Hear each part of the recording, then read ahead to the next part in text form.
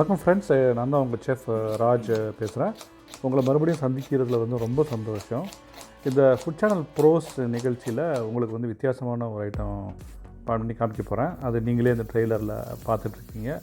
இது எப்படின்னா south Indian items idli தோசையே சாப்பிட்டுக்கிட்டு இருக்கோம். திடீர்னு எனக்காவது ஒரு நாள் வித்தியாசமாக நார்த் இந்தியன் பாவ் பாஜி அந்த மாதிரி சாப்பிடணும்னு தோணும்போது இது வீட்லேயே நீங்கள் பண்ணி சாப்பிட்லாம்.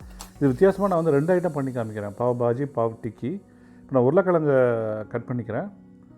உருளைக்கிழங்கு நீங்கள் பாவ் பாஜிக்காக கட் பண்ணி வச்சுக்கலாம். அது அதே உருளைக்கிழங்கு அப்படியே டிக்கிக்காகவும் நீங்கள் யூஸ் பண்ண போகிறீங்க. க்ரீன் சில்லிஸ் கொஞ்சம் கட் பண்ணிக்கிறேன், கொஞ்சம் டொமேட்டோஸு. இதில் நம்ம என்ன பண்ண போகிறோம்னா ஒரு பேஸ் மாதிரி க்ரியேட் பண்ணிக்க போகிறோம். பேஸ் க்ரியேட் பண்ணிவிட்டு அந்த பேஸில் இருந்து தனியாக பிரித்து அதிலேருந்து பொட்டேட்டோ டிக்கி பண்ணிக்க போகிறோம். அதுக்கப்புறமா அதிலேருந்து கொஞ்சம் லிக்விடிஃபை பண்ணி பாஜி க்ரியேட் பண்ண போகிறோம். உங்களுக்கு அந்த ஒரிஜினல் லுக் அண்ட் ஃபீலோட அந்த பாருங்கள், இந்த பன்னு இது காஷ்மீரி பாவ். இது ஆக்சுவலாக எனக்கு கடையில் கிடச்சிது, உங்களுக்கும் கடையில் கிடைக்கும் வீட்டில் தேர்ந்தீங்கன்னா. அப்படி இல்லை நார்மலாக பன்னில் கூட நீங்கள் யூஸ் பண்ணலாம். உருளைக்கிழங்கு நல்லா மசிச்சிக்கிறேன், ஏன்னா வேக வச்சு மசிச்சுட்டு இப்போ கடாயில் ஆயிலு, கடுகு எல்லாம் போட்டு சாட்டே பண்ணிகிட்ருக்கேன். கருவேப்பிலை ஆட் பண்ணிக்கிறேன். கருவேப்பிலை ஆட் பண்ணி கொஞ்சம் ஜிஞ்சர் கார்லிக்கு, சாப்பிட்டு ஜிஞ்சர் கொஞ்சம் இது நல்லா சாட்டே பண்ணிவிட்டு கொஞ்சம் வதங்கட்டும். பார்த்திங்கன்னா அந்த வாசனை உங்களுக்கு போகணும், அந்த மசாலா அந்த ஜிஞ்சர் கார்லிக் ஸ்மெல்லு போகிற வரைக்கும் கொஞ்சம் சாட்டே பண்ணிக்கிங்க.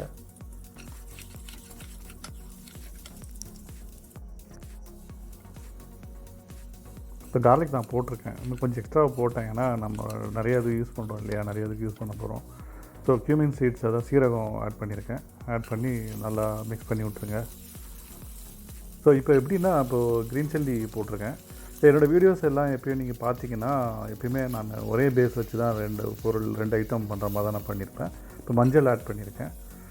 ஸோ 1 டீஸ்பூன் மஞ்சள் ஆட் பண்ணணும். ஆக்சுவலாக ரொம்ப ஆட் பண்ணிங்கன்னா கொஞ்சம் கசக்க ஆரம்பிக்கும். இப்போ ஆனியன் வெட்டி வச்சுருந்த முன்னாடியே அதை சாப்டு ஆனியன்ஸ் அதை போட்டிருக்கேன். நான் என்ன சொல்ல வந்தேன்னா, இப்போது என்னோடய வீடியோஸ்லாம் நீங்கள் பார்த்தீங்கன்னா எப்பயுமே ஒரே பேஸில் 2 ஐட்டம் பண்ணுற மாதிரி தான் நான் பண்ணியிருப்பேன். அப்படி பண்ணுறதுனால எப்படின்னா உங்களுக்கு கெஸ்ட்டுக்கு வெரைட்டி கொடுத்த மாதிரி இருக்கும். இப்போது வந்தவங்களுக்கு ஒருத்தங்களுக்கு ஒரு ஐட்டம் பிடிக்கும், இன்னொருத்தவங்களுக்கு வேறு ஒரு ஐட்டம் பிடிக்கும்.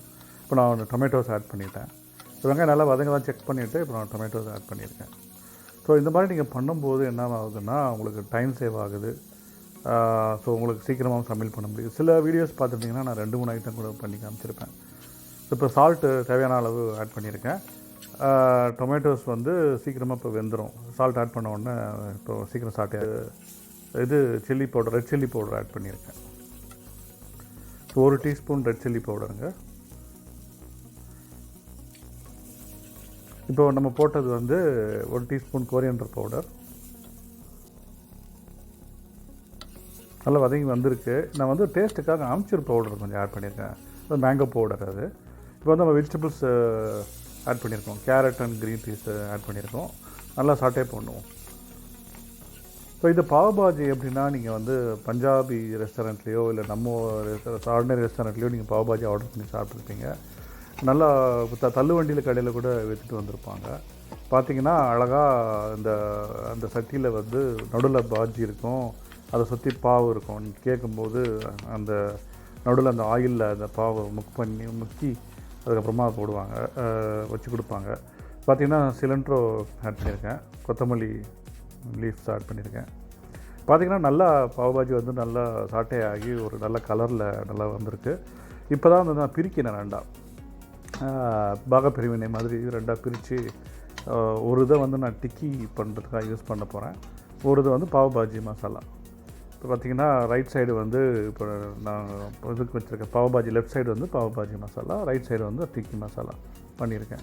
உங்களுக்கு எத்தனை டிக்கி வேணுமோ அதுக்கு தகுந்த மாதிரி நீங்கள் பிரிச்சுக்கோங்க. ஸோ நீங்கள் பாவ் பாஜியில் டிக்கி எப்படி வைக்கிறதுங்கிறதுலாம் அடுத்த வீடியோஸில் நான் காமிப்பேன். இப்போ டிக்கியில் வித்தியாசமாக என்ன ஆட் பண்ணுறேன்னா 2 டீஸ்பூன் சாட் மசாலா ஆட் பண்ணுறேன். அந்த ஆலு டிக்கி டேஸ்ட்டுக்காக, டிக்கி டேஸ்ட் வரதுக்காக. அதான் மெயின் டிஃப்ரென்ஸ் 2 ஐட்டத்துக்கும்.